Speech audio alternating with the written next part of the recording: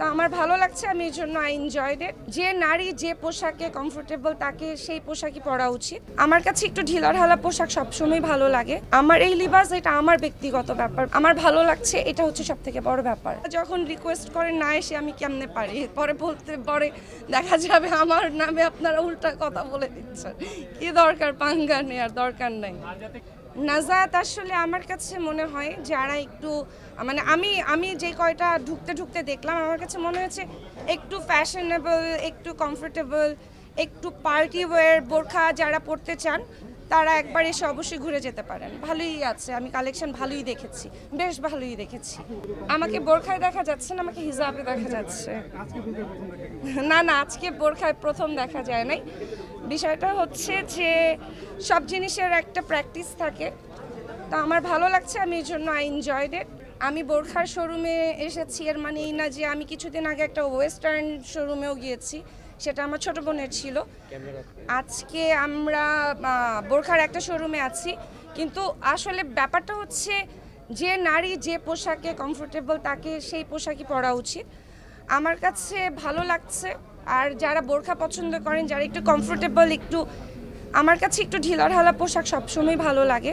So আমি কেন যেন কমফোর্টেবল হয়ে গেছি, আমার ভালোই লাগে, আমার খারাপ লাগে না। সো আমি বলবো যে যারা মানে মেয়েরা আছে, নারীরা আছে, যার যা ইচ্ছে পড়েন, আপনাদের ইচ্ছে, আপনাদের কমফোর্ট জোন, আপনাদের ব্যক্তিগত ব্যাপার।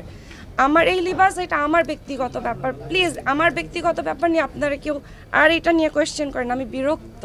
কতবার বলবো, আমি ওমরা থেকে আসার পর থেকে আমি একটু আগে রিদিকে বলতেছিলাম যে কোনো জিনিস যদি 40 দিন টানা মানে করা হয়, সেটা প্র্যাকটিস হয়ে যায়, এরপরে না সেটার মানে কমফোর্টেবলি হয়ে যায়, সেটার ইচ্ছাও করে না যে আচ্ছা ঠিক আছে এত মানুষের সামনে আমি যদি এখন মানে আগে যেভাবে আসতাম সেভাবে আমার আসতে ইচ্ছা হচ্ছে না এখন, এই জন্য আসতেছি না। বাট এটা আপনারা কিছু মানুষ আসলে এটাকে এমনভাবে দেখাচ্ছে, কেন পোট্রে করছে, আই হ্যাভ নো আইডিয়া।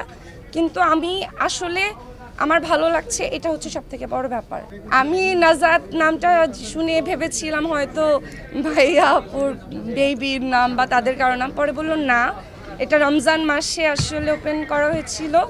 এবং মানে নাজাত হচ্ছে লাস্ট 10 রোজার যেই সময়টা, সেটাকে নাজাতের মানে রোজা বলা হয়। সেই নাজাতের সময় তারা এই তাদের শোরুমটা 2018 সালে আমরা শুরু করি, তো হচ্ছে এর জন্যই হচ্ছে আমরা নাজাতই রেখে দিয়েছি।